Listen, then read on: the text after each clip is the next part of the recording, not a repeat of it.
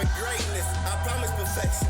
Mama birthed a king, immaculate conception. I survived in the darkness and the shadows of death. And through all that I prospered, they formed every weapon. But I came so thorough, never changed my wardrobe. Took every scar with honor, I was raised in the burrow. Now I'm giving to me from the belly of the beast. I'm just paying respects, I'm just speaking my piece. What up, man? It's your boy Quay with another quality moment. And today, I want to talk to y'all about attachment. As y'all can see, I try to hit words that really, have a meaning or that I can relate to and give a perspective on.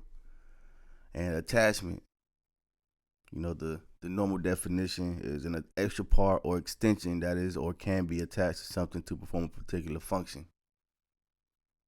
But the secondary definition, the one that I want to hit on, is affection, fondness, or sympathy for someone or something. Excuse my phone. But I wanted to speak on attachment because that's something that we all, as human beings, are familiar with to some extent, to some point. Attachment can be positive, it can be negative. And sometimes it can be hard to even decipher which is which. And I like to speak on it in this aspect of your emotional attachment to someone. It could be family, it could be friend, it could be, a personal relationship, whatever you want to, base it off of. But your emotional attachment to someone could be very, very detrimental in a lot of ways. Especially when things are not going good. I personally think that we tend to overlook our emotional attachment and investment in somebody when things are going good. It's like you don't have to think about it because it's nothing like triggering you to have to question that emotional attachment, either from your end or from the other person's end. But when something does happen, let's use parents and children first, especially, adolescents and younger adults, teenagers. Once a parent and a child have a moment where they're not on the same page and the child is, growing up and trying to figure out what's going on,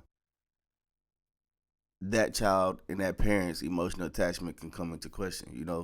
A lot of times children start to question their parents' methods and ideologies on things as they get older because they're saying to themselves, why do I have to deal with this? Why is it this way for me? What did I do for things to be this way? Why is my parent treating me like this? And on the flip side, the parent could be like, why is my child acting like this about what I put in place or what I say and what I stand on? I'm the parent. You do as I say. X, Y, we understand how that goes. And that can have a very, very, tough strain on that emotional attachment. Now, if you shift it to like a relationship, everybody's relationships are, great. They're fabulous, especially when you check on social media and people are posting, hey, I just bought this ring and these flowers and this bag and these shoes and this vacation. And it's like, oh, man, they must be having the greatest time ever. And then under the surface, if something happens to trigger that, it's like, oh, man, does this person really love me? Do they care for me? Do they understand me? Do they listen to me? Those things come up. And I brought that up to point out, like, I wonder why emotional attachment is mostly questioned when an adverse situation or negative thing happens. Why do we then question someone's, our emotion with someone or how someone makes us feel? I think we should do a better job of doing it on both ends, because sometimes that positive attachment may not even really be there. It may not be something really giving us a positive emotion from someone. It may just be they haven't done anything to give us a negative emotion yet. And I say that because a lot of times people can be tolerable of people. They can be involved with someone. They can, accept things from someone simply because it's kind of like status quo. or norm, but it doesn't really do anything for them. It's like, oh well, and I think that's where the phrase "it could be worse" comes from. It could be worse. Well, I mean, they're not this or yeah, I know they do this, but it could be worse. And we accept things, we put up with things, we even things that we may say, oh, why isn't it like this, or I expected it to be like this. It could be worse. They're not that bad. Maybe it's me. Maybe I'm tripping. We even begin to question our own, emotion, our own, self in situation. Like, maybe it's me putting too much on somebody's plate, or yada yada. But I think if we really take a step back to look at our emotional attachment, keyword being attachment here, to someone, again, it could be a family member, a friend, a personal relationship you have with somebody. If we take the time to look at that emotional attachment and figure out what really has us attached to that person, we'll get a better understanding of, like, are we really here for the right reasons? Are we here for what we want to be here for? Or are we just here because it could be worse? I pose that question to, those of you who may listen. Like, could it be worse? Or do you look at it and say, the emotion that I get from this person is the greatest emotion ever. I don't ever want to lose it. Is that an all the time thing? Is that in spurts? Is that here and there? Is that for birthdays or Christmases? Does that emotion come with a plus? Is it that person? Like, oh, you gave me this, you did this for me, I'm happy. Because a lot of times I hear that and I see that if as long as there's a plus with that emotion or with that person, then the emotion and the attachment is good. But when it's a negative, it doesn't have to be that not that they didn't give you anything or they didn't do anything. It was simply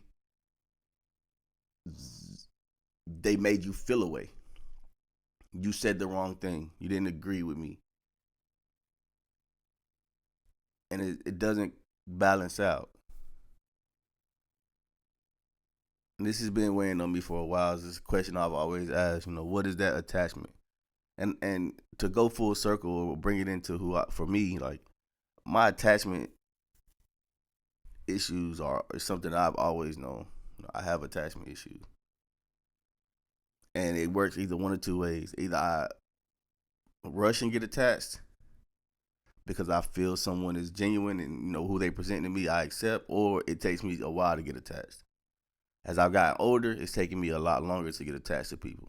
I don't have that urge to just give someone a part of me or let a part of me, latch on to somebody else.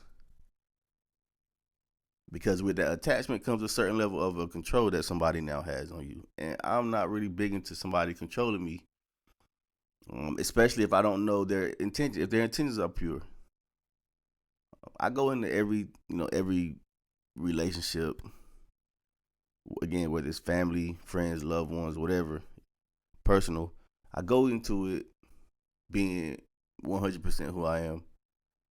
I try to be an open book. I try to let it be known, like, I probably won't be the norm for you, because I'm not just gonna, open up completely. I have to get to know you. I have to develop a certain level of trust with a person. And I don't just get trust from conversation or a couple dates or sex. I don't get trust that way. I get trust from seeing how you handle information. And it's information that I don't just, let be known or I give out. Or it could be little things that I just want to say, hey, I want to see if this crumb gets around to certain people and things like that.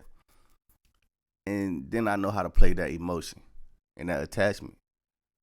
But I think it works best for me to be that way because now I know how far I can go.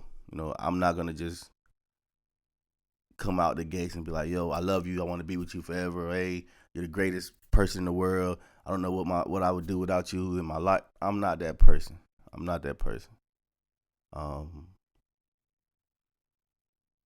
And then I hate when I do get attached and, it's like, oh man, you were wrong still. But at the end of the day, you live and you learn.